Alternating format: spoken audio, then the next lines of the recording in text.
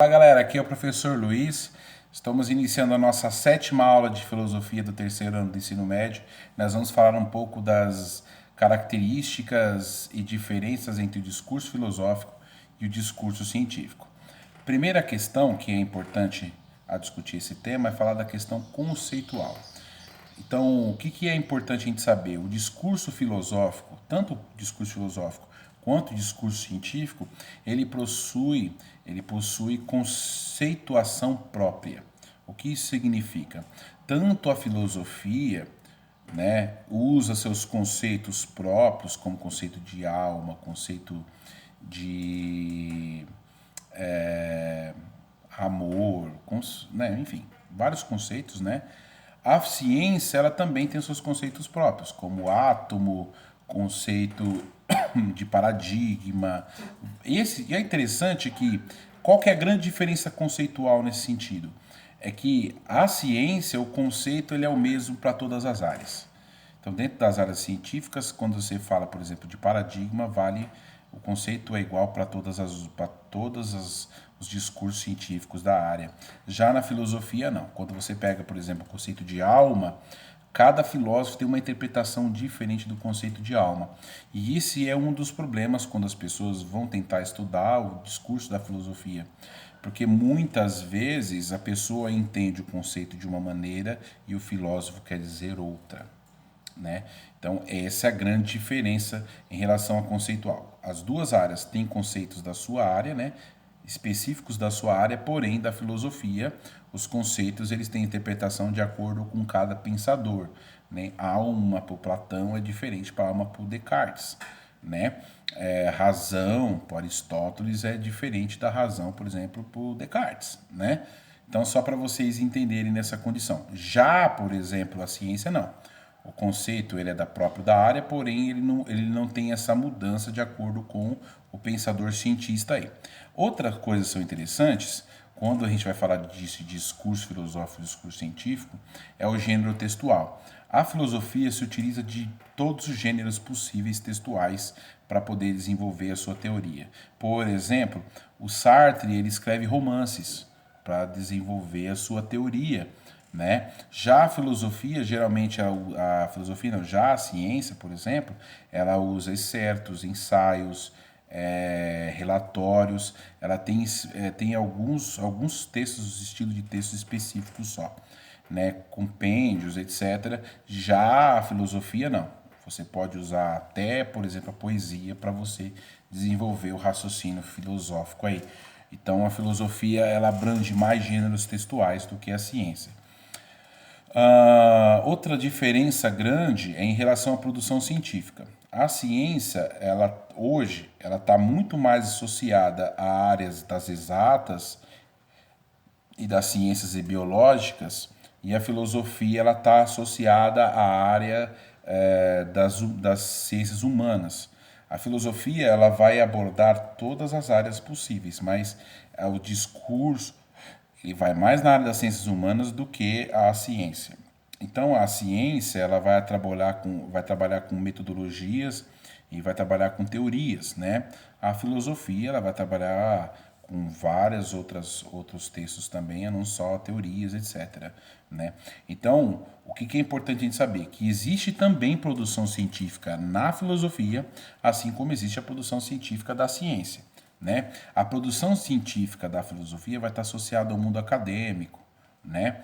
A produção de conhecimento para doutorado, teorias e teses que vão ser defendidas por pensadores aí. Já da ciência, né, não só essas teorias e teses dentro da área de doutorado, essas coisas, mas também vão ser profissionais da área, tecnicista, né, que vão desenvolver o pensamento científico aí. Então não precisa ser necessariamente um doutor para desenvolver um teste científico, né? Dentro da área da ciência. Então, a ciência ela vai utilizar, como que eu vou dizer para vocês, de vários profissionais de várias áreas que vão compor determinada discussão e determinados testes e metodologias científicas para compor chegar-se a determinados resultados. Já a filosofia, o pensamento científico vai estar associado sempre à produção conceitual ou defesa de pensamento aí. né? Então, por exemplo, hoje a ciência, o campo científico, ele está muito mais próximo, por exemplo, das questões práticas do cotidiano, como a gente vê na pandemia, essa questão de produzir vacina, essas coisas, né? Ela está muito preocupada com essas questões. E a filosofia da ciência em si, ela vem para questionar alguns aspectos importantes dessa produção científica aí. Por exemplo, os aspectos éticos relacionados a essa ciência. Então, eu não posso desenvolver uma vacina em nome do bem da humanidade e testar essa vacina em um monte de gente e fazer loucura, né? Eu vou dar um exemplo. Nós temos alguns extremistas aí da área da política, por exemplo, que estão dizendo que a cloroquina é um remédio que vale a pena e a pessoa tem que tomar. E mesmo a ciência apontando que, olha, não faz sentido nenhum. Né? Então, é uma questão ética que tem que ser pensada. Não é só porque a gente quer que algo funcione que tem que fazer. Tem que colocar-se os seus pingos nos is e discutir de uma forma ou de outra. No senso comum, nós temos algumas visões interessantes. No senso comum, por exemplo, o cientista tem bem aquela imagem do Einstein, né, que tem o cabelo todo bagunçado e, né, com a língua para fora, ou daquele seriado Big Bang Theory, né, que o cientista é um nerd, uma pessoa assim que tem a verdade absoluta, ou uma pessoa que não tem relações sociais. Muito pelo contrário, gente, não é bem assim, tá, que funciona. Isso é uma visão do senso comum que as pessoas têm. Assim como que o filósofo tem essa imagem de ser um cara louco, fora da realidade. Enfim, muitos aí têm o pensamento de que o pessoal aí tá usuário de droga, essas coisas. Enfim, não é bem assim. A gente sabe que toda a imagem que se tem, né, que do senso comum, geralmente é porque não teve acesso às áreas de conhecimento. Então, o cientista não é esse cara meio doidão aí, nerd demais, e o filósofo também não é esse cara meio hippie da vida aí, que fuma uma droga para poder ter umas ideias malucas. Não, não funciona assim, tá? Você vai encontrar filósofos comuns vestindo normalmente, assim como cientistas, e se você não souber que ele é cientista, você não vai conseguir perceber.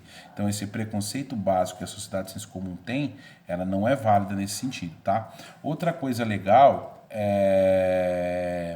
hoje em dia nós temos uma importância muito grande para essas áreas, dessas duas áreas discutindo o campo, né? Eu falo tanto a ciência nessa produção de conhecimento, de produção de remédios, etc., para ajudar a gente a combater a pandemia, quanto a filosofia para a gente discutir, por exemplo, os limites que o ser humano tem nessas relações impessoais pelas vias online, né, da tecnologia, ou essa dificuldade que a gente tem de lidar com o próprio eu e com os próximos de nós dentro de um período de pandemia, né? Então, as reflexões, elas são importantes nesse sentido.